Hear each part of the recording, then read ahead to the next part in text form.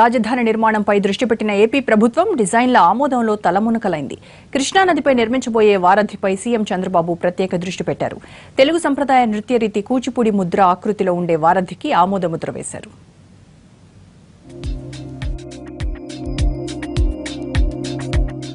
రాజధాని అమరావతిని కలుపుతూ విజయవాడ హైదరాబాద్ జాతీయ రహదారిపై పవిత్ర సంగమం వద్ద కృష్ణానదిపై త్వరలో వారధిని నిర్మించనున్నారు.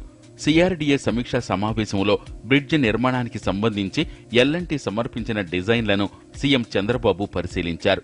నమస్కార ముద్ర, కూచిపూడి నృత్య భంగిమ ముద్ర, కూచిపూడి ఆరాళ ముద్ర, పుష్పాన్ని పోలిన ఆకృతిలో 2 అంతస్తుల ప్రజా వారధి, అమరావతి స్తూపం, కొండపల్లి బొమ్మ, ఇలా మొత్తం 6 రకాల ఆకృతులను పరిశీలించిన ముఖ్యమంత్రి అన్నీ బాగున్నాయని ప్రశంసించారు.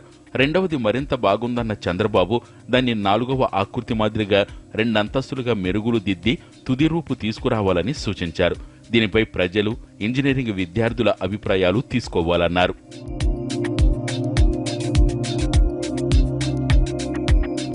అమరావతికి దారినిచ్చే కృష్ణానదిపై నిర్మించబోయే మొదటి వారధి కనుక దీనిని అత్యద్భుతంగా, ప్రతిష్టాత్మకంగా నిర్మించాలన్నది ప్రభుత్వ ఆలోచనగా కనిపిస్తోంది.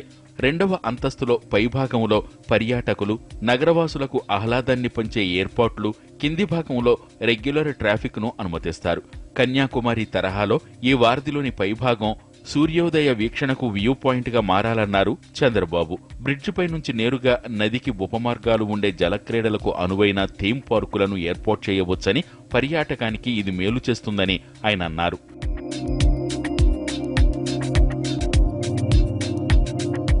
అమరావతిలో చేపడుతున్న రహదారులను అంతర్జాతీయ నాణ్యతా ప్రమాణాలతో తీర్చిదిద్దాలని చంద్రబాబు నాయుడు అధికారులకు సూచించారు.